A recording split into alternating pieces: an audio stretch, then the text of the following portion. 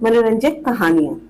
दोस्तों, वैसे तो दुनिया में लाखों कहानियां हैं, लेकिन जो सादगी मुंशी प्रेमचंद जी की कहानियों में है वो कहीं नहीं है। आज उनकी ही कहानियों में से एक बेहद मनोरंजक और प्रसिद्ध कहानी आपको सुनाने जा रही हूँ। शीर्षक है बड़े घर की बेटी। बेनी माधव सिंह गौरीपुर गांव के जमींदार थे। उनके दादा किसी समय बड़े धन धान्य से संपन्न थे। गांव का पक्का तालाब और मंदिर, जिसकी अब मरम्मत भी मुश्किल थी, उन्हीं के कीर्ति स्तंभ थे। बेनी माधव अपनी आधी से अधिक संपत्ति वकीलों को भेंट कर चुके थे। अब उनकी आय 1000 वार्षिक से अधिक न थी। ठाकुर साहब के 2 बेटे थे। बड़े का नाम श्रीकंठ और छोटे बेटे का नाम लाल बिहारी सिंह था। श्रीकंठ ने बड़े ही परिश्रम से बीए की डिग्री प्राप्त की थी और एक दफ्तर में क्लर्क हो गए थे। लाल बिहारी दोहरे बदन का सजीला जवान था। भैंस का 2 सेर ताजा दूध वह सवेरे उठकर पी जाया करता था। श्रीकंठ अंग्रेजी डिग्री के अधिपति होने पर भी पाश्चात्य सामाजिक प्रथाओं के विशेष प्रेमी न थे, बल्कि अधिकतर उसकी निंदा और तिरस्कार किया करते थे। प्राचीन सभ्यता का गुणगान उनकी प्रकृति का प्रधान अंग था। सम्मिलित कुटुंब के तो वे एकमात्र उपासक थे। आजकल स्त्रियों को कुटुंब में मिलजुल कर रहने की जो अरुचि होती है, उसे वह जाति और देश दोनों के लिए हानिकारक समझते थे। यही कारण था कि गांव की कुछ स्त्रियां उन्हें अपना शत्रु समझने से भी संकोच न करती थी। स्वयं उनकी पत्नी को भी इस विषय में उनसे विरोध था। ऐसा इसलिए नहीं कि वह सम्मिलित कुटुंब के खिलाफ थी, बल्कि उसके विचार थे, यदि बहुत कुछ सहने पर भी परिवार के साथ निर्वाह न हो सके तो आए दिन की कलह से जीवन को नष्ट करने की अपेक्षा अच्छा है कि अपनी खिचड़ी अलग पकाई जाए। आनंदी एक बड़े उच्च कुल की लड़की थी। उसके पिता एक छोटी सी रियासत के बड़े जमींदार थे। बड़े उदारचित्त और प्रतिभाशाली पुरुष थे, पर दुर्भाग्य से कोई भी लड़का न था। आनंदी उनकी चौथी संतान थी और सभी बहनों में अधिक रूपवती और गुणवती थी। सुंदर संतान को कदाचित माता पिता भी अधिक चाहते हैं।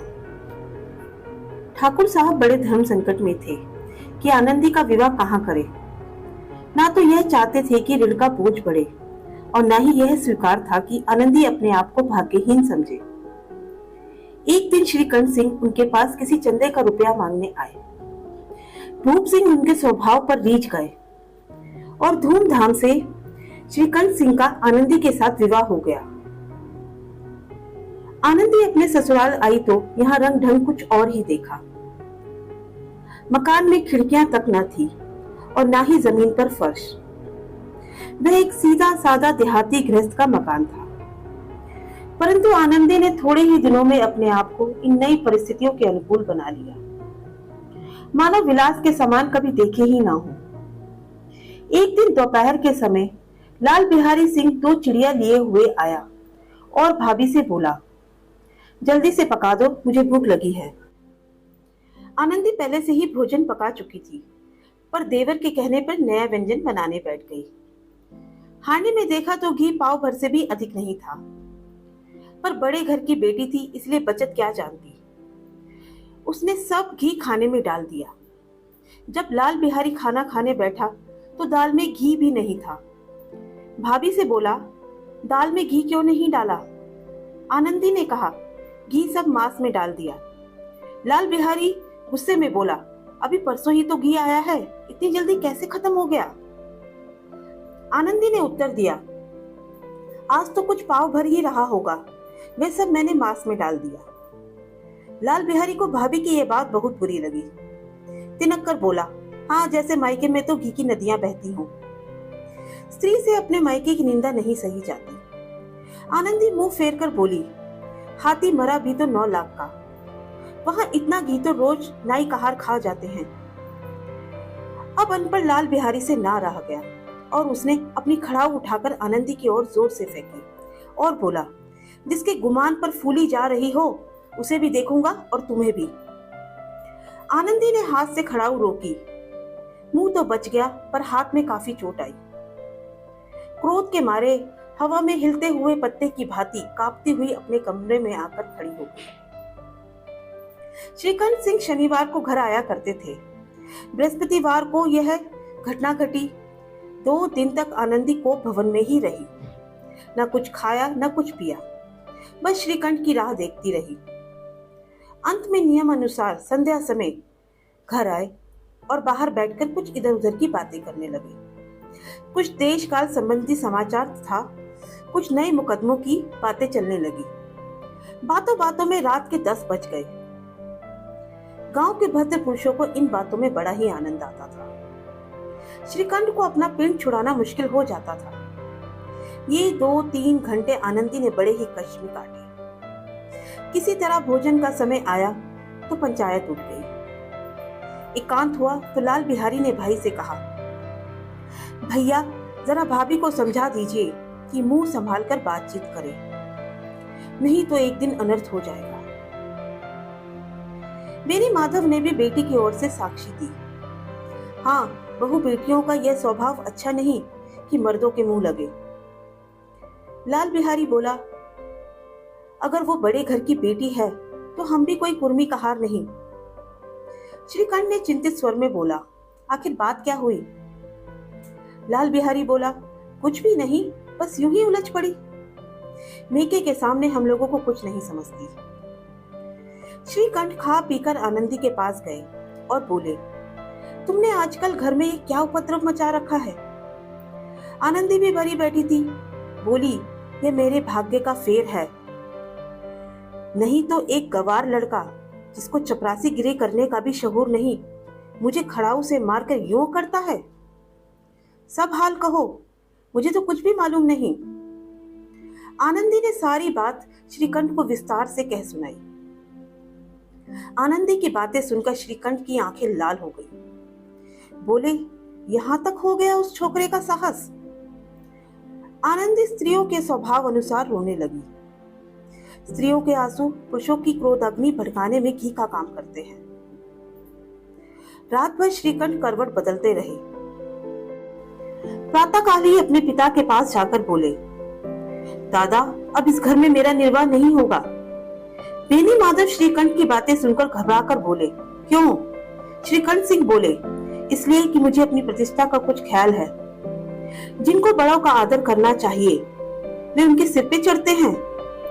मैं दूसरों का नौकर ठहरा घर पर रहता नहीं हूँ। यहाँ मेरे पीछे स्त्रियों पर खड़ाऊ और जूतों की बौछार होती है। बेनी माधव सिंह कुछ जवाब ना दे सके, केवल इतना ही बोले, बेटा तुम बुद्धिमान हो, ऐसी बातें करते हो। स्त्रियां इसी तरह ही घर का नाश करती हैं। उनको बहुत सिर चढ़ाना अच्छा नहीं। श्रीकंठ सिंह ने उत्तर दिया, इतना मैं जानता हूँ, आपके आशीर्वाद से मूर्ख नहीं हूँ, पर जिस स्त्री की मान प्रतिष्ठा का ईश्वर के दरबार में उत्तरदायी हूँ, उसके प्रति ऐसा घोर अन्याय और पशुवत व्यवहार असहनीय है। दोनों कुछ देर चुप रहे। ठाकुर साहब लड़के का क्रोध शांत करना चाहते थे, पर ये नहीं स्वीकार करना चाहते थे कि लाल बिहारी ने कोई अनुचित काम किया है। इसी बीच गांव के कुछ सज्जन हुक्के चिलम के बहाने वहां आ बैठे। जब गांव की स्त्रियों को यह पता चला कि श्रीकंठ पत्नी के लिए अपने पिता से भी लड़ने के लिए तैयार है, तो उन्हें बड़ा हर्ष हुआ। गांव के कुछ ऐसे कुटिल मनुष्य भी थे जो इस कुल से मन ही मन जलते थे। इन महाबुनवों की आज कामनाएं आज पूरी ही होने वाली थी। बेनी माधव सिंह पुराने आदमी थे, इन भावों को ताड़ गए। उन्होंने निश्चय किया, कुछ भी क्यों ना हो, इन द्वेषियों को हंसने का अवसर नहीं दूंगा। तुरंत कोमल शब्दों में बोले, बेटा मैं तुमसे बाहर नहीं हूँ, तुम्हारा जी जो चाहे करो, अब तो लड़के से अपराध हो गया। इलाहाबाद का अनुभव रहित ग्रेजुएट इस बात को ना समझ सका। उसे तो डिबेटिंग क्लब में अपनी बात पर अड़े रहने की आदत थी। उसे इन सब हथकंडों की क्या खबर। पिता ने जिस मतलब से बात पलटी थी वह उसकी समझ में ना आई। लाल बिहारी दरवाजे की चौखट पर चुपचाप खड़ा सारी बातें सुन रहा था। लाल बिहारी अपने बड़े भाई का बहुत आदर करता था। भाई के मुंह से ऐसी बातें सुनकर उसे बहुत ही ग्लानि हुई। वह फूट फूट कर रोने लगा। इसमें संदेह नहीं कि उसे अपने किए पे पछतावा था। यदि श्रीकंठ उसे अकेले में बुलाकर 2-4 कड़ी बातें कह देते, इतना ही नहीं 2-4 तमाचे भी लगा देते, तो कदाचित उसे इतना दुख ना होता। पर भाई का यह कहना कि अब मैं इसकी सूरत नहीं देखना चाहता, लाल बिहारी से रहा ना गया।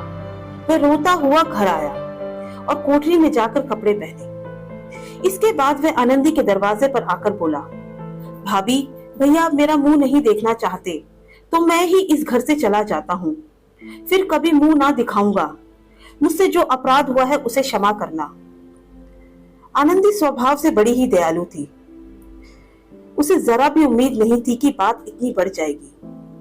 और जब उसने लाल बिहारी को दरवाजे पे खड़े यह कहते सुना कि अब मैं जाता हूँ, मुझसे जो कुछ अपराध हुआ हो उसे क्षमा करना, तो उसका रहा सहा क्रोध भी पानी हो गया। आनंदी ने पति को समझाया और सौगंध देकर लाल बिहारी सिंह को जाने से रोका। श्रीकंठ सिंह का दिल भी पिघल गया। उन्होंने बाहर आकर लाल बिहारी को गले से लगा लिया। दोनों भाई खूब फूट फूट कर रोए। लाल बिहारी ने सिसकते हुए कहा, अब कभी मत कहिएगा कि तुम्हारा मुंह ना देखूंगा। इसके सिवा आप जो दंड देंगे मैं सहज स्वीकार करूंगा। श्रीकंठ ने कांपते स्वर में कहा, लल्लू, इन बातों को भूल जाओ। ईश्वर चाहेगा तो फिर ऐसा अवसर कभी ना आएगा। बेनी माधव सिंह बाहर से आ रहे थे। दोनों भाइयों को गले मिलते देखकर आनंद से पुलकित हो गए और बोले, बड़े घर की बेटियां ऐसी ही होती हैं, बिगड़ता हुआ काम भी बना देती हैं। गांव में जिसने भी यह वृतांत सुना, उसी ने आनंदी की उदारता को सराहते हुए कहा, बड़े घर की बेटियां ऐसी ही होती हैं। दोस्तों, इसी तरह ही एक और मनोरंजक कहानी के साथ आपसे मिलने का वादा करते हुए विदा लेती हूँ।